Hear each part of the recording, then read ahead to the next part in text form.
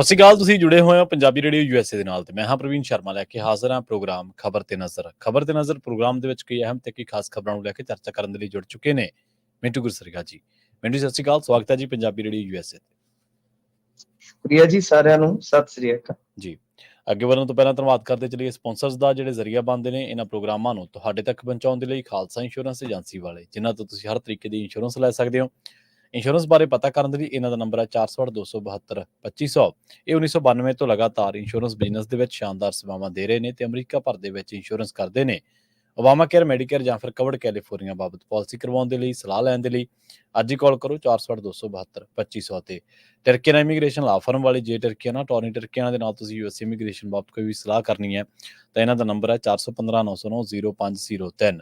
Krishna Dhanota Yuba City, Baljinder Singh Nijjar Woodland, Paramjit Kaur Angi Vacaville, Jaswinder Singh, Nachhattar Kaur Nagra Roseville, Charan Singh Sukhwinder Dhaliwala Arizona, Pritpal Singh Sidhu Fresno, GN liberal truck wash ਕਰਦੇ ਨੇ, oil change ਕਰਦੇ ਨੇ, air ਬ੍ਰੇਕਾਂ ਦਾ ਕੰਮ ਤਸੱਲੀ ਬਖਸ਼ ਕਰਵਾ ਸਕਦੇ, ਨਵੇਂ ਪੁਰਾਣੇ ਟਾਇਰ ਵੀ ਇਹਨਾਂ ਤੋਂ ਮਿਲਦੇ ਨੇ। ਲੋਕੇਸ਼ਨ ਹੈ ਸੈਂਟਾਨੀਲਾ ਦੀ।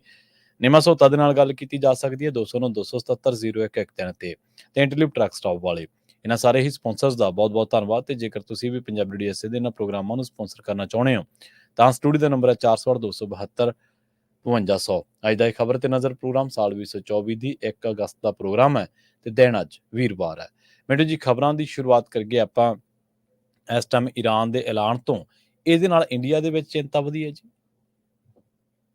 ਜੀ ਬਿਲਕੁਲ। ਦੇਖੋ, ਇਹ ਆ ਕਿ ਇੰਡੀਆ ਨੇ ਐਡਵਾਈਜ਼ਰੀ ਵੀ ਜਾਰੀ ਕੀਤੀ ਹੈ, ਖਾਸ ਤੌਰ ਤੇ ਜਿਹੜੇ ਮਿਡਲ ਈਸਟ ਦੇ ਵਿੱਚ ਇੰਡੀਅਨ ਰਹਿੰਦੇ ਨੇ ਤਾਂ ਉਹਨਾਂ ਵਾਸਤੇ ਇਹ ਸਲਾਹ ਜਾਰੀ ਕੀਤੀ ਗਈ ਆ ਕਿ ਹੋ ਸਕੇ ਤਾਂ ਤੁਸੀਂ ਲੈਬਨਾਨ ਦੀ ਖਾਸ ਤੌਰ ਤੇ ਜਿਹੜੀ ਕੋਈ ਯਾਤਰਾ ਹੈ ਤਾਂ ਉਸ ਨੂੰ ਨਾ ਕਰੋ। ਤਾਂ ਇਹਦਾ ਮਤਲਬ ਹੈ ਕਿ ਇੰਡੀਆ ਕੰਸਰਨਡ ਹੈ ਜਿਹੜੇ ਉੱਥੇ ਦੇ ਹਾਲਾਤ ਇਸ ਵੇਲੇ ਬਣੇ ਹੋਏ ਨੇ, ਕਿਉਂਕਿ ਈਰਾਨ ਨੇ ਇਹ ਕਹਿ ਦਿੱਤਾ ਸੀਗਾ ਕੁਝ ਘੰਟੇ ਪਹਿਲਾਂ ਹੀ ਕਹਿ ਦਿੱਤਾ, ਜਾਂ ਕਹਿ ਦਿਓ ਕਿ ਹਾਨੀਏ ਦੀ ਮੌਤ ਤੋਂ ਕੁਝ ਦੇਰ ਬਾਅਦ ਹੀ ਉਹਨਾਂ ਨੇ ਕਹਿ ਦਿੱਤਾ ਸੀਗਾ ਕਿ ਹੁਣ ਅਸੀਂ ਸਿੱਧੇ ਹਮਲੇ ਸ਼ੁਰੂ ਕਰਾਂਗੇ। ਤਾਂ ਮਤਲਬ ਕਿ ਇਜ਼ਰਾਈਲ ਨੂੰ ਜੇ ਕਹਿ ਲਓ ਕਿ ਨਿਸ਼ਾਨਾ ਬਣਾਇਆ ਜਾਂਦਾ ਤਾਂ ਅਮਰੀਕਾ ਪਹਿਲਾਂ ਹੀ ਕਹਿ ਚੁੱਕਾ ਕਿ ਅਸੀਂ ਆ ਜਾਵਾਂਗੇ। ਹੁਣ ਜੇ ਅਮਰੀਕਾ ਆਉਂਦਾ ਆ ਤੇ ਉਧਰੋਂ ਤੁਹਾਨੂੰ ਪਤਾ ਹੀ ਆ ਕਿ ਈਰਾਨ ਜਿਹੜਾ ਉਹ ਕਿਹਦੇ ਸਿਰ ਤੇ ਤਿੰਗੜ ਰਿਹਾ, ਚਾਈਨਾ ਤੇ ਰਸ਼ੀਆ ਉਹਦਾ ਬਲੌਕ ਹੈ। ਸੋ ਰਸ਼ੀਆ ਚਾਹੁੰਦਾ ਹੈ ਕਿ ਵੈਸਟਰਨ ਫੋਰਸਸ ਜਿਹੜੀਆਂ ਨੇ ਉਹਨਾਂ ਨੂੰ ਇਧਰੋਂ ਖਿੱਚ ਕੇ ਯੂਕਰੇਨ ਵਾਲੀ ਸਾਈਡ ਤੋਂ ਇਧਰ ਨੂੰ ਕਿਤੇ ਘੜੀਸਿਆ ਜਾਵੇ। ਤੇ ਉਹ ਮੌਕਾ ਵਧੀਆ, ਦੁਨੀਆ ਇਸ ਵੇਲੇ ਓਲੰਪਿਕ ਦੇ ਵਿੱਚ ਮਸ਼ਰੂਫ ਆ। ਤਾਂ ਇਸ ਕਰਕੇ ਖਾਸਾ ਕੁਛ ਹੈ, ਕੋਈ ਮਤਲਬ ਕਿ ਛੋਟੀ ਮੋਟੀ ਗੱਲ ਨਹੀਂ ਹੈਗੀ। ਸੋ ਇਸ ਕਰਕੇ ਇੰਡੀਆ ਕੰਸਰਨਡ ਆ, ਕਿਉਂਕਿ ਜੇ ਮੰਨ ਲਓ ਸਮਾਲ ਲਾਰਜ ਸਕੇਲ ਕੋਈ ਵੀ ਜਿਹੜੀ ਵਾਰ ਹੁੰਦੀ ਆ, ਸਮਾਲ ਲਾਰਜ ਕੋਈ ਵੀ ਲਾ ਲਓ, ਤਾਂ ਉਹਦਾ ਅਸਰ ਡਾਇਰੈਕਟਲੀ ਇੰਡੀਆ ਤੇ ਪੈ ਜਾਣਾ, ਕਿਉਂਕਿ ਤੇਲ ਦੀ ਸਪਲਾਈ ਜੇ ਪ੍ਰਭਾਵਿਤ ਹੁੰਦੀ ਆ ਨਾਲ ਦੀ ਨਾਲ ਫਿਰ ਤੁਹਾਨੂੰ ਪਤਾ ਹੀ ਆ ਸਾਰੀਆਂ ਚੀਜ਼ਾਂ ਚੱਕੀਆਂ ਜਾਣੀਆਂ। ਸੋ ਇਸ ਕਰਕੇ ਇੰਡੀਆ ਦੇ ਵਿੱਚ ਇਸ ਗੱਲ ਤੇ ਕਾਫੀ ਜ਼ਿਆਦਾ ਚਰਚਾ ਚਿੰਤਾ ਹੈ ਕਿ ਅੱਗੇ ਕੀ ਹੋਏਗਾ। ਮਤਲਬ ਤੁਹਾਨੂੰ ਇਸ ਗੱਲ ਤੋਂ ਵੀ ਜਾਣਕਾਰੀ ਹੈ ਹੀ ਆ ਕਿ ਬਈ ਮਿਡਲ ਈਸਟ ਦੇ ਵਿੱਚ ਕਾਮੇ ਵੀ ਬਹੁਤ ਜ਼ਿਆਦਾ ਨੇ ਨਾ। ਜੇ ਉੱਥੇ ਕੋਈ ਗੱਲਬਾਤ ਹੁੰਦੀ ਆ ਤਾਂ ਉਹਨਾਂ ਨੂੰ ਕੱਢ ਕੇ ਲਿਆਉਣਾ ਉਹ ਵੀ ਇੱਕ ਵੱਖਰਾ ਚੈਲੰਜ ਹੁੰਦਾ ਹੈ। ਸੋ ਇਸ ਵਾਸਤੇ ਇੱਥੇ ਕਾਫੀ ਚੀਜ਼ਾਂ ਜਿਹੜੀਆਂ ਦੇਖੀਆਂ ਜਾ ਰਹੀਆਂ। ਤਾਂ ਬਾਕੀ ਹੁਣ ਵੇਖੋ ਕੀ ਬਣਦਾ। ਪਰ ਈਰਾਨ ਨੇ ਐਲਾਨ ਕਰਕੇ ਇੱਕ ਵਾਰੀ ਸਾਰੀ ਦੁਨੀਆ ਦਾ ਧਿਆਨ ਜਿਹੜਾ ਹੈ ਨਾ ਉਹ ਇੱਧਰ ਨੂੰ ਖਿੱਚ ਲਿਆ ਕਿ ਬਹੁਤ ਵੱਡਾ ਕੁਝ ਵੀ ਹੋ ਸਕਦਾ। ਤੇ ਕੁਝ ਲੋਕ ਤੇ ਇਹਨੂੰ ਸੰਸਾਰ ਜੰਗ ਦੀ ਸ਼ੁਰੂਆਤ ਮੰਨਦੇ ਕਿ ਤੀਸਰਾ ਸੰਸਾਰ ਜੰਗ ਜਿਹੜਾ ਹੈ ਉਹ ਸ਼ੁਰੂ ਹੋ ਸਕਦਾ। ਉਹ ਮੈਨੂੰ ਪਤਾ ਨਹੀਂ ਹੈ, ਹੋ ਸਕਦਾ ਹੈ ਕਿ ਨਹੀਂ ਹੋ ਸਕਦਾ, ਪਰ ਇਹ ਜ਼ਰੂਰ ਪਤਾ ਕਿ ਭਾਵੇਂ ਸਮਾਲ ਸਕੇਲ ਵਾਰ ਕਹਿ ਲਓ ਜਾਂ ਲਾਰਜ ਸਕੇਲ ਵਾਰ ਕਹਿ ਲਓ, ਕਿ ਜੇ ਹੁੰਦੀ ਆ ਤਾਂ ਇੰਡੀਆ ਦੀ ਇਕਨੋਮੀ ਤੇ ਅਸਰ ਤਾਂ ਪਊਗਾ। ਦੂਜੀਆਂ ਇਕਨੋਮੀਆਂ ਤੇ ਵੀ ਅਸਰ ਪੈਣਾ ਹੀ ਪੈਣਾ। ਜ਼ਰੂਰ ਅੱਗੇ ਰਸ਼ੀਆ ਯੂਕਰੇਨ ਦੇ ਮਾਮਲੇ 'ਚ ਦੇਖਿਆ ਨਾ ਕਿ ਯੂਰਪ 'ਚ ਕੀ ਹਾਲ ਹੋਇਆ। ਜੀ ਬਿਲਕੁਲ। ਨਹੀਂ ਦੇਖੋ, ਇਮਕਾਨ ਤਾਂ ਕੁਝ ਵੀ ਹੋ ਸਕਦਾ ਮਿੰਟੂ ਜੀ। ਜਿਹੜੀਆਂ ਪਹਿਲਾਂ ਜੰਗਾਂ ਲੱਗੀਆਂ ਵਿਸ਼ਵ ਦੀਆਂ ਉਹ ਵੀ ਇਸ ਤਰ੍ਹਾਂ ਖੇਮੇਬੰਦੀ, ਪਾਲਾਬੰਦੀ ਤੋਂ ਬਾਅਦ ਤੇ ਛੋਟੀਆਂ ਛੋਟੀਆਂ ਘਟਨਾਵਾਂ ਤੋਂ ਬਾਅਦ ਸ਼ੁਰੂ ਹੋਈਆਂ। ਪਰ ਠੀਕ ਆ, ਜਿਵੇਂ ਤੁਸੀਂ ਕਿਹਾ ਕਿ ਕਾਮੇ ਬਹੁਤ ਵੱਡੀ ਗਿਣਤੀ ਦੇ ਵਿੱਚ ਨੇ, ਉਹਨਾਂ ਦਾ ਜ਼ਰੂਰ ਖਿਆਲ ਮੁਲਕਾਂ ਨੂੰ ਰੱਖਣਾ ਚਾਹੀਦਾ, ਜਿਹੜੇ ਵੀ ਮੁਲਕਾਂ ਦੇ ਨੇ। ਚਲੋ ਇੰਡੀਆ ਦੇ ਵੀ ਨੇ, ਜਾਣ ਤਾਂ ਸਾਰਿਆਂ ਦੀ ਜ਼ਰੂਰੀ ਆ। ਆਸ਼ੂ ਨੂੰ ਕਹਿੰਦੇ ਮੁੜ ਚੱਕ ਲਿਆ ਜੀ 2000 ਕਰੋੜ ਦੇ ਜਿਹੜਾ ਘੁਟਾਲਾ ਮਾਮਲਾ ਸੀ। ਦੇਖੋ, ਭਾਰਤ ਭੂਸ਼ਣ ਆਸ਼ੂ ਹੈ ਜਿਹੜੇ ਉਹ ਇਸ ਵੇਲੇ ਥੋੜੇ ਗੈਰ ਸਰਗਰਮ ਨਜ਼ਰ ਆ ਰਹੇ ਸੀਗੇ ਕਾਂਗਰਸ ਦੀ ਰਾਜਨੀਤੀ ਤੋਂ। ਜੇ ਤੁਸੀਂ ਵੇਖੋਗੇ ਜਿਸ ਦਿਨ ਰਾਜਾ ਵੜਿੰਗ ਜਿੱਤਿਆ ਸੀ, ਮੈਂ ਤੁਹਾਨੂੰ ਦੱਸਿਆ ਸੀਗਾ ਕਿ ਉਸ ਦਿਨ ਮੈਨੂੰ ਸਰਟੀਫਿਕੇਟ ਵੇਲੇ ਵੀ ਭਾਰਤ ਭੂਸ਼ਣ ਨਜ਼ਰ ਨਹੀਂ ਆਏ ਸੀ। ਜੀ ਜੀ ਜੀ ਬਿਲਕੁਲ। ਤਾਂ ਉਸ ਤੋਂ ਬਾਅਦ ਕੋਈ ਵੀ ਇਹਨਾਂ ਦੀ ਵੱਡੀ ਸਰਗਰਮੀ ਮੇਰੀ ਨਜ਼ਰੇ ਨਹੀਂ ਚੜੀ। ਜੇ ਕਿਤੇ ਕੀਤੀ ਹੋਵੇ ਤੇ ਮੈਨੂੰ ਪਤਾ ਨਹੀਂ। ਤਾਂ ਯਾਨੀ ਇਧਰੋਂ ਇਹ ਗੈਰ ਸਰਗਰਮ ਸੀ, ਪਰ ਅਚਾਨਕ ਈਡੀ ਸਰਗਰਮ ਹੋ ਜਾਂਦੀ ਆ, ਕਿਉਂਕਿ ਇਸ ਮਾਮਲੇ ਦੇ ਵਿੱਚ ਈਡੀ ਜਿਹੜੀ ਉਹ ਪਹਿਲਾਂ ਹੀ ਇਨਵੋਲਵ ਹੋ ਚੁੱਕੀ ਸੀਗੀ, ਉਹ ਇਸ ਮਾਮਲੇ ਨੂੰ ਦੇਖ ਰਹੀ ਸੀਗੀ। ਤਾਂ ਇਹਨਾਂ ਨੇ ਅੱਜ ਦੱਸਦੇ ਆ ਕਿ ਮਨੀ ਲਾਂਡਰਿੰਗ ਐਕਟ ਦੇ ਵਿੱਚ ਕਾਰਵਾਈ ਕਰਦੇ ਆ ਭਾਰਤ ਭੂਸ਼ਣ ਆਸ਼ੂ ਤੋਂ।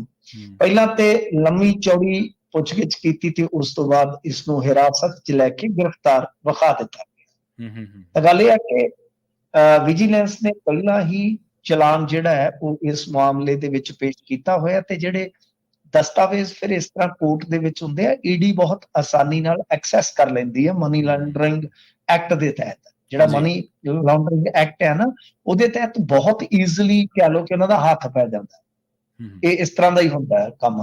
ਤਾਂ ਉਹ ਦਸਤਾਵੇਜ਼ ਜਿਹੜੇ ਆ ਉਹ ਹੁਣ ਇਹਨਾਂ ਨੇ ਖੰਗਾਲ ਕੇ ਤੇ ਭਾਰਤ ਭੂਸ਼ਣ ਆਸ਼ੂ ਨੂੰ ਕਿਹਾ ਕਿ ਚਲੋ ਕੁਛ ਦਿਨ ਤੁਸੀਂ ਸਾਡੇ ਨਾਲ ਵੀ ਗੁਜ਼ਾਰੋ, ਵਿਜੀਲੈਂਸ ਨਾਲ ਤੇ ਅੱਗੇ ਗੁਜ਼ਾਰ ਕੇ ਆਏ ਹੋ, ਜਿਵੇਂ ਚੰਨ ਕਿੱਥਾਂ ਗੁਜ਼ਾਰੀ ਆ ਰਾਤ ਵਿੱਚ, ਤਾਂ ਅੱਜ ਦੀ ਰਾਤ ਜਿਹੜੀ ਆ ਉਹ ਹੁਣ ਈਡੀ ਦੀ ਸਵਾਬ ਦੇ ਵਿੱਚ ਇਹਨਾਂ ਦੀ ਗੁਜ਼ਰੇਗੀ। ਤਾਂ ਗ੍ਰਿਫਤਾਰ ਹੋ ਚੁੱਕੇ ਆ। ਤਾਂ ਦੇਖੋ ਇੱਥੋਂ ਹੀ ਅਗਾਂਹ ਹੁਣ ਬਹੁਤ ਕੁਝ ਜਿਹੜਾ ਕਿਆਸਿਆ ਵੀ ਜਾ ਸਕਦਾ ਕਿ ਭਾਰਤ ਭੂਸ਼ਣ ਆਸ਼ੂ ਗੈਰ ਸਰਗਰਮ ਨੇ, ਉਹਨਾਂ ਦੇ ਲੰਗੋਟੀਏ ਯਾਰ, ਜਿਗਰੀ ਯਾਰ ਰਵਨੀਤ ਬਿੱਟੂ ਜਾ ਚੁੱਕੇ ਆ। ਕਿੱਥੇ ਜਾ ਚੁੱਕੇ? ਭਾਜਪਾ 'ਚ। ਈਡੀ ਕਿੱਥੇ ਆ? ਈਡੀ ਸਭ ਨੂੰ ਪਤਾ ਕਿ ਕਿਹੜੇ ਉਹ ਹਾਫ ਦੇ ਵਿੱਚ ਖਲੋਂਦੀ ਆ, ਜਿਵੇਂ ਦੋ ਹਾਫ ਹੁੰਦੇ ਆ ਨਾ ਫੁੱਟਬਾਲ ਮੈਦਾਨ ਦੇ, ਤਾਂ ਈਡੀ ਕਿਹੜੀ ਸਾਈਡ ਖਲੋਂਦੀ ਆ ਸਭ ਨੂੰ ਪਤਾ ਆ। ਤਾਂ ਕਿੱਥੇ ਖਲੋਤੇ ਸਭ ਨੂੰ ਪਤਾ। ਲੋੜ ਪੈ ਜਾਊਗੀ ਭਾਰਤ ਭੂਸ਼ਣ ਆਸ਼ੂ ਨੂੰ। ਤਾਂ ਆਉਣ ਵਾਲੇ ਦਿਨਾਂ ਦੇ ਵਿੱਚ ਦੇਖੋ ਇਹ ਜਿਹੜੀਆਂ ਗੇਮਾਂ ਨੇ ਖਾਸੀਆਂ ਤਗੜੀਆਂ ਹੋਣਗੀਆਂ। ਮੈਂ ਤੁਹਾਨੂੰ ਦੱਸ ਦਿੰਦਾ, ਹੁਣ ਤੋਂ ਹੀ ਦੱਸ ਦਿੰਦਾ ਕਿ ਭਾਜਪਾ 2027 ਵਾਸਤੇ ਖੇਡਣ ਲਈ ਤਿਆਰ ਹੈ ਤੇ ਉਹਨਾਂ ਨੇ ਆਪਣੀ ਗੇਮ ਸ਼ੁਰੂ ਕਰ ਦਿੱਤੀ ਆ। ਗੁਲਾਬ ਚੰਦ ਕਟਾਰੀਆ ਵੀ ਇਸੇ ਰਣਨੀਤੀ ਦਾ ਹਿੱਸਾ ਨੇ। ਗੁਲਾਬ ਚੰਦ ਕਟਾਰੀਆ ਜਿਹੜੇ ਨਵੇਂ ਗਵਰਨਰ ਆ, ਉਹ ਸਹੁੰ ਚੁੱਕਦੇ ਸਾਰ ਕਿੱਥੇ ਜਾਂਦੇ ਆ? ਉਹ ਜਾਂਦੇ ਆ ਰਾਜਨਾਥ ਸਿੰਘ ਕੋਲ। ਰਾਜਨਾਥ ਸਿੰਘ ਦੇ ਨਾਲ ਮੁਲਾਕਾਤ ਜਿਹੜੀ ਹੁੰਦੀ ਆ ਉਹ ਡਿਫੈਂਸ ਨਾਲ ਜੁੜੀ ਆ। ਤੁਸੀਂ ਸੋਚ ਸਕਦੇ ਹੋ ਡਿਫੈਂਸ ਮਿਨਿਸਟਰੀ ਨਾਲ। ਤਾਂ ਡਿਫੈਂਸ ਮਤਲਬ ਕਿ ਸਰਹੱਦ। ਤਾਂ ਸਰਹੱਦ ਅੱਗੇ ਤੇ ਰਾਜਪਾਲ ਸਰਹੱਦ ਤੇ ਰਹਿੰਦੇ ਸੀਗੇ ਨਾ। ਇਹ ਤੁਸੀਂ ਦੇਖਦੇ ਜਾਣਾ ਕਿ ਗੁਲਾਬ ਚੰਦ ਕਟਾਰੀਆ ਜ਼ਿਲ੍ਹਿਆਂ 'ਚ ਵੀ ਜਾਣਗੇ, ਇਹ ਜ਼ਿਲ੍ਹਿਆਂ 'ਚ ਵੀ ਆਉਣਗੇ। ਮੇਰੀ ਗੱਲ ਯਾਦ ਰੱਖ ਲਿਓ। ਮੈਂ ਤੁਹਾਨੂੰ ਅੱਗੇ ਪੁਰੋਹਿਤ ਜੀ ਬਾਰੇ ਦੱਸ ਦਿੱਤਾ ਸੀ ਅਗਾਊ, ਹੁਣ ਮੈਂ ਤੁਹਾਨੂੰ ਕਟਾਰੀਆ ਬਾਰੇ ਦੱਸ ਦਿੰਦਾ। ਔਰ ਇਸ ਤੋਂ ਇਲਾਵਾ ਜੋ ਉਤਲ ਪੁਤਲ ਹੋਰ ਹੋ ਰਹੀ ਹੈ ਉਸਨੂੰ ਵੀ ਤੁਸੀਂ ਧਿਆਨ ਦੇ ਕੇ ਦੇਖਦੇ ਜਾਣਾ। ਭਾਰਤੀ ਜਨਤਾ ਪਾਰਟੀ ਉਹਨੂੰ ਵੀ ਕਿਤੇ ਹਵਾ ਦੇਵੇਗੀ, ਕਿਤੇ ਬੁਝਾ ਦੇਗੀ ਜੀ। ਸੋ ਇਹ ਸਾਰੀ ਕਹਾਣੀ ਜਿਹੜੀ ਆ ਉਹ ਕਹਿ ਲਓ ਕਿ 2027 ਨਾਲ ਜੁੜਦੀ ਆ। ਤਾਂ ਆਸ਼ੂ ਬਹੁਤ ਉਮੀਦ ਆ, ਬਹੁਤ ਉਮੀਦ ਆ। ਚਲੋ ਇਹ ਜਿਹੜੇ ਅਪ ਡਾਊਨ ਜ਼ਿੰਦਗੀ 'ਚ ਆਉਂਦੇ ਆ ਉਹ ਤੇ ਚੱਲਣੇ ਪੈਂਦੇ ਹੀ ਆ। ਪੰਜਾਬੀ ਚਾਹੁੰਦੇ ਹੁੰਦੇ ਤਾਰੋ ਸੂਰਮੇ ਆਪਣੀ ਬਾਈ। ਤਾਂ ਗੱਲ ਇਹ ਆ ਕਿ ਉਹ ਤੇ ਕਰਨਾ ਹੀ ਪੈਂਦਾ ਹੁੰਦਾ। ਪਰ ਆਉਣ ਵਾਲੇ ਸਮੇਂ 'ਚ ਹੋ ਸਕਦਾ ਕਿ ਭਾਰਤ ਭੂਸ਼ਣ ਆਸ਼ੂ ਜੋ ਸਿਆਸੀ ਪਿੱਚ ਤੇ ਹੋਣ, ਤਾਂ ਉਹਨਾਂ ਦੀ ਜਿਹੜੀ ਪਹਿਨੀ ਹੋਈ ਜਰਸੀ ਆ ਉਸ ਜਰਸੀ ਤੇ ਕਾਂਗਰਸ ਨਾ ਹੋ ਕੇ ਕੁਝ ਹੋਰ ਲਿਖਿਆ ਹੋਵੇ। ਕੋਈ ਵੱਡਾ ਸਿਆਸੀ ਫੈਸਲਾ ਉਹ ਲੈ ਸਕਦੇ ਆਉਣ ਵਾਲੇ ਟਾਈਮ ਦੇ ਵਿੱਚ। ਇਹ ਆਉਣ ਵਾਲੇ ਸਮੇਂ 'ਚ ਲੈਣਾ ਪੈ ਸਕਦਾ। ਲੈਣਗੇ ਨਹੀਂ, ਲੈਣਾ ਪੈ ਸਕਦਾ ਜੀ। ਦੋ ਚੀਜ਼ਾਂ ਹੁੰਦੀਆਂ ਨੇ ਕਿ ਇੱਕ ਹੁੰਦਾ ਕਿ ਤੁਸੀਂ ਇੱਛਾ ਅਨੁਸਾਰ, ਕਈ ਵਾਰ ਹਾਲਾਤ ਇਸ ਤਰ੍ਹਾਂ ਦੇ ਬਣ ਜਾਂਦੇ ਆ ਕਿ ਇੱਛਾ ਨਹੀਂ ਹੁੰਦੀ ਪਰ ਫੈਸਲੇ ਲੈਣੇ ਪੈਂਦੇ ਆ। ਤਾਂ ਇਹ ਫੈਸਲੇ ਜਿਹੜੇ ਮੈਂ ਜਿਵੇਂ ਦੱਸਿਆ ਕਿ ਕਈ ਵਾਰ ਹਾਲਾਤ ਜਿਹੜੇ ਉਹ ਫਿਰ ਮਜਬੂਰ ਵੀ ਕਰ ਦਿੰਦੇ ਕਿ ਲਓ ਜੀ। ਤੇ ਮਿੰਟੂ ਜੀ ਗੱਲ ਕਰੀਏ ਚਰਨਜੀਤ ਸਿੰਘ ਚੰਨੀ ਦੀ, ਇਹਨਾਂ ਦੀਆਂ ਮੁਸ਼ਕਲਾਂ ਵੱਧ ਗਈਆਂ ਜੀ। ਹਾਂਜੀ, ਚੰਨੀ ਸਾਹਿਬ ਦੀ ਇੱਕ ਸ਼ਿਕਾਇਤ ਗਈ ਆ, ਜਿਵੇਂ ਇਹਨਾਂ ਨੇ ਸ਼ਿਕਾਇਤ ਕੀਤੀ ਆ ਪ੍ਰਧਾਨ ਮੰਤਰੀ ਨਰਿੰਦਰ ਮੋਦੀ ਦੀ, ਤਾਂ ਉਸੇ ਤਰ੍ਹਾਂ ਇਹਨਾਂ ਦੀ ਸ਼ਿਕਾਇਤ ਜਿਹੜੀ ਆ ਕੋਰਟ ਦੇ ਵਿੱਚ ਚਲੇ ਗਈ ਆ, ਜਿਹੜੀ ਕਿ ਜੁੜੀ ਹੈ ਚੁਣਾਵੀ ਖਰਚੇ ਨੂੰ ਲੈ ਕੇ। ਠੀਕ ਹੈ। ਤਾਂ ਚਰਨਜੀਤ ਸਿੰਘ ਚੰਨੀ ਦੇ ਖਿਲਾਫ ਵੀ ਪਟੀਸ਼ਨ ਫਾਈਲ ਹੋ ਗਈ ਆ। ਅੱਗੇ ਵੀ ਆਪਾਂ ਗੱਲਾਂ ਕਰਦੇ ਆ ਕਿ ਕੰਗਣਾ ਰਣੌਤ ਦੇ ਖਿਲਾਫ ਹੈ, ਅਮਰਪਾਲ ਸਿੰਘ ਦੇ ਖਿਲਾਫ ਹੈ। ਇਸ ਤਰ੍ਹਾਂ ਦਰਜਨਾਂ ਹੀ ਜਿਹੜੀਆਂ ਨੇ ਉਹ ਹੁਣ ਤੱਕ ਪਟੀਸ਼ਨਾਂ ਫਾਈਲ ਹੋ ਚੁੱਕੀਆਂ ਨੇ, ਦਰਜਨਾਂ ਹੀ। ਤਾਂ ਹੁਣ ਅਗਾਂਹ ਜਾ ਕੇ ਉਹਨਾਂ ਦਾ ਕੀ ਫੈਸਲਾ ਹੁੰਦਾ, ਇਹ ਵੈਸੇ ਦਰਜਨਾਂ ਹਰੇਕ ਇਲੈਕਸ਼ਨ ਤੋਂ ਬਾਅਦ ਪਟੀਸ਼ਨਾਂ ਫਾਈਲ ਹੁੰਦੀਆਂ ਨੇ, ਪਰ ਇਹਨਾਂ ਦੇ ਵਿੱਚੋਂ ਸਫਲ ਜਿਹੜੀ ਹੈ ਕੋਈ ਇੱਕ ਅੱਧ ਹੁੰਦੀ ਆ, ਵਿਰਲੀ ਹੁੰਦੀ ਆ, ਉਹ ਵੀ ਕਦੇ ਕਦਾਈ। ਤਾਂ ਐਤਕੀ ਹੁਣ ਦੇਖੋ ਕਿਹਦਾ ਕੋਈ ਨੰਬਰ ਲੱਗਦਾ, ਕੋਈ ਝਟਕਾ ਲੱਗਦਾ ਹੈ ਕਿ ਨਹੀਂ, ਪਰ ਦੋਸ਼ ਜਿਹੜੇ ਆ ਉਹ ਚੰਨੀ ਤੇ ਹੈਗੇ ਜਿਹੜੇ, ਉਹ ਮੈਂ ਤੁਹਾਨੂੰ ਦੱਸ ਦਿੰਦਾ। ਇਹ ਕਹਿੰਦੇ ਆ ਕਿ ਇੱਕ ਹੋਟਲ ਦੇ ਵਿੱਚ 24 ਘੰਟੇ ਖਾਣ ਪੀਣ ਦਾ ਪ੍ਰਬੰਧ ਸੀ, ਪਰ ਇਹਦਾ ਖਰਚਾ ਜਿਹੜਾ ਚੰਨੀ ਸਾਹਿਬ ਨੇ ਉਹ ਆਪਣੇ ਖਰਚ ਬਿਊਰੇ 'ਚ ਦਿੱਤਾ ਹੀ ਨਹੀਂ। ਠੀਕ ਹੈ। ਉਹ 10 ਤੋਂ 15 ਰੋਜ਼ਾਨਾ ਜਿਹੜੀਆਂ ਸੀਗੀਆਂ, ਮਤਲਬ ਕਿ ਸਭਾਵਾਂ ਕਹਿ ਲਓ ਜਾਂ ਜਿਹੜੀਆਂ ਉਹ ਨੁੱਕੜ ਰੈਲੀਆਂ ਕਰਦੇ ਸੀਗੇ, ਤਾਂ ਇਹਦੇ ਦੌਰਾਨ ਉਹਨਾਂ ਨੇ ਕੋਈ ਵੀ ਖਰਚਾ ਨਹੀਂ ਵਿਖਾਇਆ ਕਿ ਉਹ ਕਾਹਦੇ ਤੇ ਉੱਥੇ ਜਾਂਦੇ ਸਨ, ਕਾਹਦੇ ਤੇ ਆਉਂਦੇ ਸਨ। ਮਤਲਬ ਕਿ ਉਹਨਾਂ ਦਾ ਕੋਈ ਵੀ ਖਰਚਾ ਨਹੀਂ ਹੈ, ਸਿੰਗਲ ਮਤਲਬ ਕਿ ਪੈਨੀ ਦਾ ਵੀ ਉਹਨਾਂ ਨੇ ਖਰਚਾ ਨਹੀਂ ਦਿਖਾਇਆ। ਜੀ ਜੀ। ਇਸ ਤੋਂ ਇਲਾਵਾ ਰਾਮਾ ਮੰਡੀ ਦੇ ਵਿੱਚ ਉਹਨਾਂ ਤੇ ਦੋਸ਼ ਆ ਕਿ ਬਿਨਾਂ ਇਜਾਜ਼ਤ ਉਹਨਾਂ ਨੇ ਰੋਡ ਸ਼ੋਅ ਕੀਤਾ। ਇੱਥੋਂ ਤੱਕ ਕਿ ਪੋਲਿੰਗ ਬੂਥ ਦੇ ਬਾਹਰ ਵੋਟਰ ਸਲਿੱਪ ਵੰਡਣ ਲਈ ਜੋ ਬੂਥ ਸਥਾਪਿਤ ਕੀਤੇ ਜਾਂਦੇ ਆ, ਹਾਂਜੀ, ਉਹਨਾਂ ਦੇ ਖਰਚ ਦਾ ਵੀ ਕੋਈ ਇਹਦੇ ਵਿੱਚ ਬਿਊਰਾ ਨਹੀਂ ਹੈ। ਮਤਲਬ ਇਸ ਖਰਚ ਦਾ ਵੀ ਕੋਈ ਵੇਰਵਾ ਨਹੀਂ ਹੈ। ਤਾਂ ਭਾਵ ਇਹੋ ਆ ਕਿ ਇਹ ਸਿੱਧੀ ਤੇ ਸਿੱਧੀ ਪਟੀਸ਼ਨ ਜਾ ਕੇ ਜੁੜਦੀ ਆ ਚੋਣ ਖਰਚਿਆਂ ਦੇ ਜਿਹੜੇ ਵੇਰਵੇ ਦੇਣੇ ਹੁੰਦੇ ਆ ਕਿ ਉਹਨਾਂ ਵੇਰਵਿਆਂ ਦੇ ਵਿੱਚ ਹੇਰ ਫੇਰ ਆ। ਤਾਂ ਹੁਣ ਦੇਖੋ, ਜਿਵੇਂ ਆਪਾਂ ਕਿਹਾ ਕਿ ਵਿਰਲੀ ਵਾਂਝੀ ਜਿਹੜੀ ਆ ਉਹ ਪਟੀਸ਼ਨ ਕਦੇ ਕਦੇ ਸਾਬਤ ਹੋ ਜਾਂਦੀ ਆ, ਸਹੀ ਸਾਬਤ ਹੁੰਦੀ ਆ, ਤੇ ਫਿਰ ਉਸ ਤੇ ਫੈਸਲਾ ਵੀ ਆਉਂਦਾ। ਪਰ ਇਹ ਪ੍ਰਵੀਨ ਜੀ ਸਮਾਂ ਹੀ ਦੱਸੂਗਾ ਹੁਣ ਕਿ ਸਿੱਧ ਹੁੰਦੀ ਆ ਕਿ ਜੋ ਦੋਸ਼ ਨੇ, ਕਿਉਂਕਿ ਇਹ ਚੀਜ਼ਾਂ ਹੁਣ ਵੇਖਣ ਚ ਤੇ ਆਪਾਂ ਨੂੰ ਵੱਡੀਆਂ ਲੱਗਦੀਆਂ ਨੇ। ਇਹ ਜੋ ਮੈਂ ਤੁਹਾਨੂੰ ਦੱਸਿਆ ਕਿ ਇਹ 3-4 ਜਿਹੜੇ ਆ ਉਹ ਗਰਾਊਂਡ ਆ ਪਟੀਸ਼ਨ ਦੇ, ਪਰ ਜੇ ਮੰਨ ਲਓ ਇਹ ਚੀਜ਼ਾਂ ਸਾਬਤ ਹੋ ਜਾਂਦੀਆਂ ਫਿਰ ਇਹ ਬਹੁਤ ਵੱਡੀਆਂ ਬਣ ਜਾਂਦੀਆਂ ਹੁੰਦੀਆਂ ਨੇ ਕਈ ਵਾਰ। ਇੱਥੇ ਗੱਲ ਇਹ ਆ ਕਿ ਜੇਤੇ ਮੁੰਡੇ ਸਾਹਿਬ ਵਰਗਾ ਕੋਈ ਕਹਿ ਦੇਵੇ ਕਿ ਬਈ ਅੱਜ ਕੱਲ 5 ਕਰੋੜ ਤੋਂ ਘੱਟ ਅਸੀਂ ਜਿੱਤਦੇ ਨਹੀਂ, ਖਰਚਾ ਕਰਨਾ ਪੈਂਦਾ, ਇੰਨਾ ਖਰਚਾ ਹੁੰਦਾ, ਤਾਂ ਉਦੋਂ ਤਾਂ ਕੁਝ ਨਹੀਂ ਹੁੰਦਾ। ਪਰ ਜੇ ਮੰਨ ਲਓ 5 ਕਰੋੜ ਖਰਚਾ ਕੀਤਾ ਸਾਬਤ ਹੋ ਜਾਵੇ, ਹਾਂ ਫਿਰ ਬਹੁਤ ਕੁਝ, ਫਿਰ ਗਏ, ਫਿਰ ਤੁਸੀਂ ਗਏ। ਚਾਹੇ ਤੁਸੀਂ ਮੈਂਬਰ ਪਾਰਲੀਮੈਂਟ ਆਜ਼ਾਦ ਚੁਣੇ ਗਏ ਹੋ, ਚਾਹੇ ਤੁਸੀਂ ਕਿਸੇ ਪਾਰਟੀ ਵੱਲੋਂ ਚੁਣੇ ਗਏ, ਤਾਂ ਹਾਲ ਦੀ ਘੜੀ ਇਹ ਕੋਈ ਵੱਡੀਆਂ ਕਹਿ ਲਓ ਕਿ ਚਿੰਤਾਵਾਂ ਨਹੀਂ ਹੁੰਦੀਆਂ। ਪਰ ਜੇਕਰ ਕੱਲ ਨੂੰ ਫਰਕ ਪਾਇਆ ਗਿਆ, ਆਪਾਂ ਨੂੰ ਵੀ ਪਤਾ ਕਿ ਕਰੋੜਾਂ ਰੁਪਈਆ ਜਿਹੜਾ ਉਹ ਖਰਚ ਕੀਤਾ ਜਾਂਦਾ ਇਲੈਕਸ਼ਨ, ਤੇ ਜੇ ਉਹ ਵੱਧ ਘੱਟ ਕਿਤੇ ਸਾਬਤ ਹੋ ਗਿਆ ਫਿਰ ਮਾਮਲਾ ਗੜਬੜੀ ਸਾਹਮਣੇ। ਜੀ ਜੀ। ਅਗਲੀ ਖਬਰ ਦੇ ਵੱਲ ਵਧੀਏ ਤੇ ਗੱਲ ਕਰੀਏ ਪੰਜਾਬ ਦੀ ਤੇ ਭਾਰਤ ਦੀ ਸਭ ਤੋਂ ਪੁਰਾਣੀ ਖੇਤਰੀ ਪਾਰਟੀ ਦੇ ਸਿਆਸੀ ਸੰਕਟ ਦੀ, ਅਕਾਲੀ ਦਲ ਦੀ। ਇਹਨਾਂ ਨੇ ਹੁਣ ਸਰਪ੍ਰਸਤ ਵੀ ਕੱਢਤਾ। ਕੱਲ ਸਰਪ੍ਰਸਤ ਸਾਹਿਬ ਨੇ ਜਿਹੜੇ ਬਾਗੀ ਅਕਾਲੀ ਕੱਢੇ ਸੀਗੇ ਜਾਂ ਦੂਜੇ ਅਕਾਲੀ ਕੱਢੇ ਸੀਗੇ, ਉਹਨਾਂ ਨੂੰ ਬਹਾਲ ਕੀਤਾ ਤੇ ਅੱਜ ਬਹਾਲ ਕਰਨ ਵਾਲੀ ਬਾਹਰ ਕੱਢਤੇ। ਹਾਲ ਦੀ ਘੜੀ ਅਕਾਲੀ ਦਲ ਨੇ ਕੱਢਣਾ ਹੀ ਆ, ਇੱਕ ਦੂਜੇ ਨੂੰ ਕੱਢਣਾ ਹੀ ਆ। ਹਾਲੇ ਇਹਨਾਂ ਚ ਆਉਣਾ ਤਾਂ ਹੈ ਨਹੀਂ ਕਿਸੇ ਨੇ। ਆਉਂਦਾ ਤਾਂ ਉਦੋਂ ਹੀ ਆ ਨਾ ਕੋਈ ਲੀਡਰ ਚੱਲ ਕੇ ਕਿਸੇ ਪਾਰਟੀ ਚ ਕਰਕੇ, ਜਦੋਂ ਕੋਈ ਚੜ੍ਹਤ ਹੁੰਦੀ ਆ। ਤਾਂ ਹਾਲ ਦੀ ਘੜੀ ਤੇ ਜਹਾਜ਼ ਡੁੱਬ ਰਿਹਾ ਹੈ ਜੀ, ਤਾਂ ਇਸੇ ਤਰ੍ਹਾਂ ਇੱਕ ਦੂਜੇ ਨੂੰ ਧੱਕੇ ਮਾਰ ਕੇ ਕੱਢਿਆ ਜਾ ਰਿਹਾ ਕਿ ਤੇਰੇ ਭਾਰ ਨਾਲ ਡੁੱਬ ਰਿਹਾ, ਤੇਰੇ ਭਾਰ ਨਾਲ ਡੁੱਬ ਰਿਹਾ। ਤਾਂ ਇਹ ਜਿਹੜੀ ਖੇਡ ਆ ਹਾਲੇ ਰੁਕੇਗੀ ਨਹੀਂ, ਇਹ ਤੇ ਅੱਗੇ ਜਾਏਗੀ। ਤਾਂ ਗੱਲ ਇਹ ਆ ਕਿ ਅੱਜ ਇਹਨਾਂ ਨੇ ਜੋ ਢੀਂਡਸਾ ਸਾਹਿਬ ਬਚੇ ਸਨ, ਉਹਨਾਂ ਨੂੰ ਵੀ ਕਿਹਾ ਕਿ ਟਾਟਾ ਕਰੋ ਤੇ ਜਾਓ, ਤੁਸੀਂ ਘਰੇ ਬੈਠੋ ਜਾ ਕੇ ਆਰਾਮ ਨਾਲ। ਇਹਨਾਂ ਨੂੰ ਵੀ ਭੇਜ ਦਿੱਤਾ, ਮਤਲਬ ਕਿ ਪਾਰਟੀ ਦੇ ਵਿੱਚੋਂ ਇਹਨਾਂ ਨੂੰ ਵੀ ਕੱਢ ਦਿੱਤਾ ਹੈ। ਤਾਂ ਇਹ ਹੁਣ ਜਿਹੜੀ ਇੱਕ ਤਰ੍ਹਾਂ ਨਾਲ ਕਹਿ ਲਓ ਕਿ ਸੁਖਬੀਰ ਸਿੰਘ ਬਾਦਲ ਦੇ ਨਾਲ ਜੋ ਕਿਚਨ ਕਮੇਟੀ ਆ ਉਹੀ ਰਹਿ ਗਈ ਆ, ਜਿਹਦੇ ਚ ਮਹੇਸ਼ਿੰਦਰ ਸਿੰਘ ਜੀ ਆ ਗਏ, ਫਿਰ ਟਾਂਡਾ ਸਾਹਿਬ ਆ ਗਏ, ਲੁਧਿਆਣੇ ਤੋਂ ਆ ਗਏ, ਜਾਂ ਲੁਧਿਆਣੇ ਤੋਂ 2-3 ਹੋਰ ਲੀਡਰ ਆ ਉਹ ਆ ਗਏ, ਫਿਰ ਭੁੰਦੜ ਸਾਹਿਬ ਆ ਗਏ। ਇਹੀ ਲੀਡਰ ਰਹਿ ਗਏ ਆ। ਡਾਕਟਰ ਦਲਜੀਤ ਸਿੰਘ ਚੀਮਾ ਆ ਗਏ ਜੀ।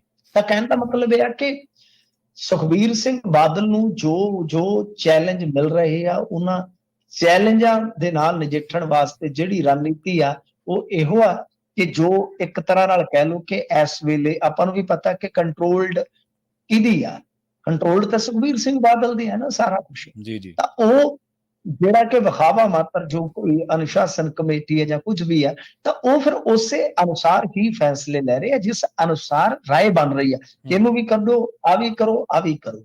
ਤਾਂ ਖੈਰ ਗੱਲ ਇਹ ਆ ਕਿ ਹੁਣ ਅੱਗੇ ਜਾ ਕੇ ਮੈਂ ਜਿਵੇਂ ਤੁਹਾਨੂੰ ਦੱਸਿਆ ਕਿ ਨਜ਼ਰ ਰੱਖਿਓ, ਇੱਕ ਗੀਤ ਚੱਲਦਾ ਹੁੰਦਾ ਨਾ ਜਿਵੇਂ ਸਾਡੀ ਚ ਚੱਲਦਾ, ਨਜ਼ਰ ਰੱਖਿਓ ਮੇਰੇ ਤੇ, ਨਜ਼ਰ ਰੱਖਿਓ।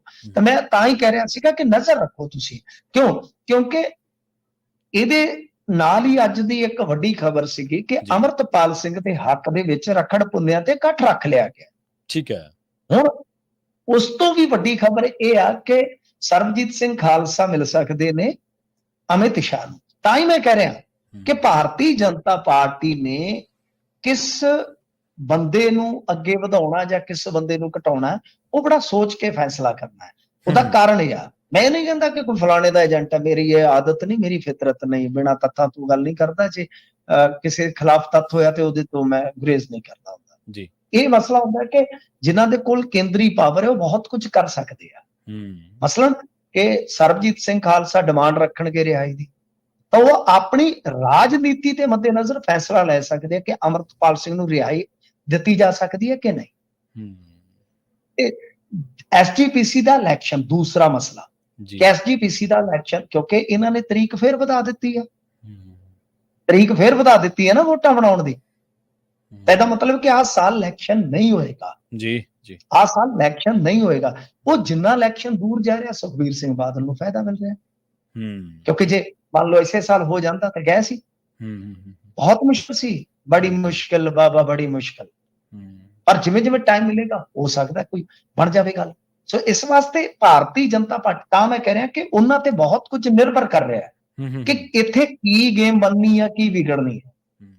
ਤਾਂ ਇੱਥੇ ਖੇਤਰੀ ਰਾਜਨੀਤੀ ਨੂੰ ਉਹਨਾਂ ਦੇ ਫੈਸਲੇ ਪ੍ਰਭਾਵਿਤ ਕਰਨਗੇ। ਸੋ ਤਾਂ ਹੀ ਮੈਂ ਤੁਹਾਨੂੰ ਪਹਿਲਾਂ ਵੀ ਕਿਹਾ ਕਿ ਇਹ ਹੁਣ ਵੇਖਣਾ ਹੋਏਗਾ ਕੀ ਕੁਝ ਹੁੰਦਾ ਅੱਗੇ ਜਾ ਕੇ। ਇਹ ਜਿਹੜੀ ਉਤਲ ਪੁਤਲ ਚੱਲੀ ਆ, ਇਹਦੇ ਵਿੱਚੋਂ ਕੀ ਇੱਕ ਨਵੀਂ ਪਾਰਟੀ ਨਿਕਲਦੀ ਆ, ਨਵਾਂ ਧੜਾ ਨਿਕਲਦਾ ਹੈ, ਉਹਦੇ ਨਾਲ ਇੱਕ ਬਹੁਤ ਵੱਡਾ ਸਮਰਥਨ ਜੁਟਦਾ, ਤੇ ਫਿਰ ਭਾਜਪਾ ਕੀ ਉਹ ਇਲੈਕਸ਼ਨ ਐਸਜੀਪੀਸੀ ਦਾ ਕਰਵਾ ਦੇਵੇਗੀ ਜਲਦੀ।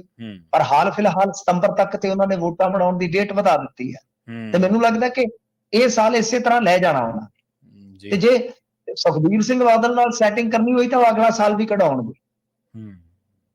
ਇਸ ਕਰਕੇ ਇਹ ਚੀਜ਼ ਤੇ ਨਿਗਾਹ ਰੱਖਣ ਦੀ ਜ਼ਰੂਰਤ ਹੈ ਕਿ ਹੁਣ ਫੈਸਲਾ ਜਿਹੜੀਆਂ ਕੇਂਦਰੀ ਸ਼ਕਤੀਆਂ ਨੇ ਉਹ ਕਿਹੜਾ ਲੈਂਦੀਆਂ।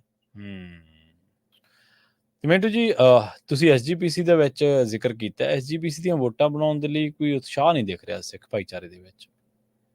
ਇਹਦਾ ਪ੍ਰਵੀਨ ਜੀ ਇੱਕ ਸਿੰਪਲ ਕਾਰਨ ਹੈ, ਬੜਾ ਆਸਾਨ ਕਾਰਨ ਆ। ਅੱਜ ਕੱਲ ਦੁਨੀਆ ਕੀ ਹੈ ਕਿ ਅਸੀਂ ਉਹ ਵੇਲਾ ਵੀ ਦੇਖਿਆ ਹੈ ਜਦੋਂ ਮੈਂ ਖੁਦ ਬੱਸ ਤੇ ਜਾਂਦਾ ਹੁੰਦਾ ਸੀਗਾ, ਤੇ ਸਾਡੇ ਘਰ ਤੋਂ ਤਕਰੀਬਨ ਕੋਈ 24 ਕਿਲੋਮੀਟਰ ਕੇ 25 ਕਿਲੋਮੀਟਰ ਦੂਰ ਜੀ ਇੱਕ ਦਫ਼ਤਰ ਸੀ, ਜਿੱਥੇ ਜਾ ਕੇ ਮੈਂ ਆਪਦੇ ਘਰ ਦਾ ਬਿਜਲੀ ਦਾ ਬਿੱਲ ਭਰ ਕੇ ਆਉਂਦਾ ਸੀ। ਉਹਦਾ ਕਾਰਨ ਇਹ ਸੀ ਕਿਉਂਕਿ ਮੈਂ ਸ਼ਹਿਰ ਪੜ੍ਹਦਾ ਸੀਗਾ, ਤੇ ਮੈਨੂੰ ਲਾਲਚ ਹੁੰਦਾ ਸੀ ਕਿ 10 ਰੁਪਏ ਵਿੱਚੋਂ ਬਚ ਜਾਣਗੇ ਬਾਪੂ ਦੀ। ਮਤਲਬ ਕਿ ਮੈਂ 25-30 ਕਿਲੋਮੀਟਰ ਸਫ਼ਰ ਕਰ ਆਉਂਦਾ ਸੀ ਇੱਕ ਸਾਈਡ ਦਾ ਬਿੱਲ ਭਰਨਾ, ਤੇ ਉੱਥੇ ਜਾ ਕੇ ਲਾਈਨ 'ਚ ਲੱਗਣਾ, ਤੇ ਲਾਈਨ ਵੀ ਐਡੀ ਵੱਡੀ ਹੈ ਕਿ ਕਈ ਵਾਰ ਤੇ ਪਿੰਡ ਦੀ ਅੱਧੀ ਫਿਰਨੀ ਦਾ ਗੇੜਾ ਆ ਜਾਂਦਾ। ਪਰ ਅੱਜ ਬਿਜਲੀ ਬਿੱਲ ਤਾਂ ਸਾਨੂੰ ਕੋਈ ਫਿਕਰ ਨਹੀਂ ਹੈ। ਪਹਿਲੀ ਗੱਲ ਤੇ ਆਉਂਦਾ ਹੀ ਨਹੀਂ, ਅੱਜ ਕੱਲ ਪੰਜਾਬ ਦੇ ਵਿੱਚ 80% ਤੇ ਆਉਂਦਾ ਹੀ ਨਹੀਂ। ਜੇ ਆਵੇ ਵੀ ਤੇ ਅਸੀਂ ਇੱਕ ਠੂੰਗਾ ਮਾਰਨਾ, ਸਾਡਾ ਘਰੋਂ ਬਚ ਜਾਣਾ। ਹੁਣ ਜੇ ਮੈਨੂੰ ਫੇਰ ਕੋਈ ਜਾ ਕੇ ਕਵੇ ਕਿ ਯਾਰ 20 ਕਿਲੋਮੀਟਰ ਬਿੱਲ ਭਰ ਕੇ ਆ ਜਾ, ਤੇ ਵੀਰ ਬਣ ਕੇ ਉਦੋਂ ਤੂੰ 5-10 ਬਾਪੂ ਤੂੰ ਲੈਂਦਾ ਸੀ, ਹੁਣ ਤੂੰ 100 ਰੁਪਇਆ ਲੈ ਲਈ, ਮੈਂ ਕਹੂੰਗਾ ਜਾ ਯਾਰ 100 ਰੁਪਇਆ ਤਾਂ ਮੈਂ 1 ਸਕਿੰਟ ਦਾ ਕਮਾ ਲੈਣਾ ਜੀ।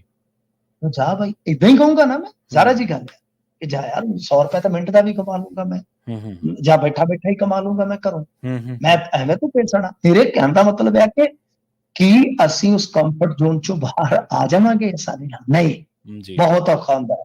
ਉਹ ਗੱਲ ਇਹ ਆ ਕਿ ਜੇ ਤਾਂ ਕੰਮ ਚੱਲਦਾ ਰਹੇ। ਸੋ ਇਹੀ ਆ ਕਿ ਜਿਹੜੀਆਂ ਦੂਜੀਆਂ ਵੋਟਾਂ ਹੁੰਦੀਆਂ ਨੇ ਉਹ ਘਰੇ ਬਣਦੀਆਂ ਨੇ। ਇਹ ਵੋਟ ਬਣਾਉਣ ਵਾਸਤੇ ਤੁਹਾਨੂੰ ਜਾਣਾ ਪੈਂਦਾ ਦਫ਼ਤਰ 'ਚ। ਠੀਕ ਹੈ ਜੀ। ਉੱਥੇ ਕੋਈ ਮਿਲੇ ਨਾ ਮਿਲੇ, ਗੇੜਾ ਫਜ਼ੂਲ ਦਾ ਵੱਜ ਗਿਆ, ਦੂਜੀ ਵਾਰ ਕੌਣ ਜਾਏਗਾ? ਜੇ ਉਹਨਾਂ ਨੇ ਕੋਈ ਵਿੱਚੋਂ ਕਾਗਜ਼ ਪੱਤਰ ਦੇ ਵਿੱਚੋਂ ਕੋਈ ਕੱਢ ਦਿੱਤੀ ਖਾਮੀ, ਤਰੁੱਟੀ ਕੱਢ ਦਿੱਤੀ ਕਿ ਲਓ ਬਈ ਆਹ ਕੁਛ ਹੈ ਜਿਹੜਾ ਉਹਨੂੰ ਠੀਕ ਕਰਾ ਕੇ ਲਿਆਓ, ਦਰੁਸਤ ਕਰਾ ਕੇ ਲਿਆਓ, ਆਹ ਡਾਕੂਮੈਂਟ ਲੈ ਕੇ ਫੇਰ। ਸੋ ਇਸ ਵਾਸਤੇ ਇਹ ਸਮੱਸਿਆ ਹੈ ਜੀ, ਇਹ ਸਮੱਸਿਆ ਹੈ। ਤਦ ਹੀ ਜਿਹੜੀ ਇੱਕ ਤੇ ਹਰਿਆਣਾ ਨਾਲੋਂ ਨਿਖੜ ਗਿਆ ਕਮੇਟੀ ਦੇ ਤੌਰ ਤੇ, ਉਹ ਵੋਟ ਘਟ ਗਈ, ਉਹਨੂੰ ਵੀ ਤੁਹਾਨੂੰ ਘਟਾਉਣਾ ਪਊਗਾ ਨਾ। 52 ਲੱਖ ਪਿਛਲੀ ਵਾਰੀ ਸੀਗੀ ਜੀ, ਹੁਣ 28 ਲੱਖ ਰਜਿਸਟਰਡ ਹੋਈ ਹੈ, ਉਹਦੇ ਵਿੱਚੋਂ ਹਰਿਆਣਾ ਵੀ ਗਿਆ। ਪਰ ਜਿਹੜਾ ਉਤਸ਼ਾਹਤ ਮੱਠਾ ਹੈ ਉਹਦਾ ਇੱਕ ਕਾਰਨ ਇਹ ਆ ਕਿ ਲੋਕ ਚੱਲ ਕੇ ਵੋਟ ਬਣਾਉਣ ਨਹੀਂ ਜਾਂਦੇ। ਕਿਉਂ? ਕਿਉਂਕਿ ਦੂਜੀਆਂ ਵੋਟਾਂ ਘਰ ਬੈਠਿਆਂ ਬਣਦੀਆਂ ਨੇ। ਮਾਸਟਰ ਆਉਂਦੇ ਆ, 5-5 ਗੇੜੇ ਵੀ ਵੱਜਦੇ ਆ ਘਰਾਂ 'ਚ ਕਿ ਹਾਂਜੀ ਫਲਾਣਾ ਕਿੱਥੇ, ਫਲਾਣਾ ਕਿੱਥੇ। ਜੇ ਕੋਈ ਪਿੰਡੋਂ ਉੱਠ ਕੇ ਸ਼ਹਿਰ ਚਲਾ ਜਾਵੇ ਨਾ, BLO ਬਕਾਇਦਾ ਉਹਦਾ ਨੰਬਰ ਲੈ ਕੇ ਦੂਜੇ ਕਿਸੇ ਆਂਢ ਗੁਆਂਢ 'ਚੋਂ ਕਹਿੰਦਾ ਕਿ ਵੀਰੇ ਤੂੰ ਆਪਦੀ ਵੋਟ ਅਪਡੇਟ ਕਰਵਾ। ਸਹੀ ਹੈ, ਬਿਲਕੁਲ। ਇਹ ਇੱਕ ਬਹੁਤ ਵੱਡਾ ਕਾਰਨ ਹੈ। ਦੂਜਾ ਕਿ 21 ਸਾਲ ਰੱਖੀ ਹੋਈ ਹੈ ਸ਼ਰਤ ਕਿ ਸਿੱਖ 18 ਸਾਲ ਦਾ ਹੁਣ ਤੇ ਵੋਟਰ ਨਹੀਂ ਬਣ ਸਕਦਾ, ਜੇ ਆਮ ਦੂਜਾ ਵੋਟਰ ਬਣ ਸਕਦਾ। ਜੀ ਜੀ ਫਿਰ ਬਹੁਤ ਹੱਦ ਤੱਕ ਕਹਿ ਲਓ ਕਿ ਜੋ ਗਈ ਸੀਗੀ ਨਾ, ਜਿਹਨੂੰ ਆਪਾਂ ਕਹਿ ਦਿੰਦੇ ਆ ਸਹਿਜਧਾਰੀ ਵੋਟ, ਉਹ ਵੀ ਪਾਸੇ ਹੋ ਗਈ। ਇਸ ਕਰਕੇ ਇਹ ਚੀਜ਼ਾਂ ਹੈਗੀਆਂ ਨੇ। ਕੁਝ ਤੁਹਾਨੂੰ ਪਤਾ ਹੀ ਆ ਕਿ ਜਿਸ ਤਰ੍ਹਾਂ ਦੀ ਫਿਰ ਕਈ ਵਾਰ ਹੁੰਦੀ ਹੈ, ਨਿਰਾਸ਼ਤਾ ਹੁੰਦੀ ਆ ਵੋਟਰਾਂ ਦੇ ਵਿੱਚ ਕਿ ਯਾਰ ਇੱਥੇ ਤੇ ਇਹਨਾਂ ਦਾ ਇਹੀ ਹਾਲ ਰਹਿਣਾ, ਉਹ ਵੀ ਕਈ ਹੁੰਦਾ, ਨਿਰਾਸ਼ਤਾ ਵੀ ਹੋ ਜਾਂਦੀ ਆ। ਤਾਂ ਇਹ ਕੁਝ ਕਾਰਨ ਨੇ, ਪਰ ਮੇਨਲੀ ਜੇ ਤੁਸੀਂ ਦੇਖੋਗੇ ਵੱਡਾ ਕਾਰਨ ਇਹ ਆ ਕਿ ਇਹ ਵੋਟ ਜਿਹੜੀ ਆ ਉਹ ਘਰ ਨਹੀਂ ਬਣਦੀ, ਇਹ ਵੋਟ ਜਾ ਕੇ ਬਣਵਾਉਣੀ ਪੈਂਦੀ। ਜੀ ਜੀ ਜੀ। ਤੇ ਮੈਨੂੰ ਜੀ ਆਪਾਂ ਜਾਂਦੇ ਸੰਖੇਪ ਦੇ ਵਿੱਚ ਚਰਚਾ ਕਰ ਲਈਏ, ਨਵੀਂ ਸੰਸਦ ਦੇ ਵਿੱਚੋਂ ਵੀ ਕਹਿੰਦੇ ਪਾਣੀ ਟਪਕ ਗਿਆ ਜੀ, ਕਮਾਲ ਹੋ ਗਈ। ਟਿਪ ਟਿਪ ਵਰਸਾ ਪਾਣੀ। ਸੋ ਗੱਲ ਇਹ ਆ ਕਿ ਨਵੀਂ ਸੰਸਦ ਦੇ ਵਿੱਚੋਂ ਪਾਣੀ ਕੀ ਕਰੀਏ ਹੁਣ, ਬਾਹਰ ਪੇਪਰ ਲੀਕ ਆ, ਅੰਦਰ ਪਾਣੀ ਲੀਕ ਆ, ਸੰਸਦ ਦੇ ਵਿੱਚ ਸਾਰਾ ਕੁਝ ਹੀ ਤੇ ਲੀਕ ਹੋ ਰਿਹਾ।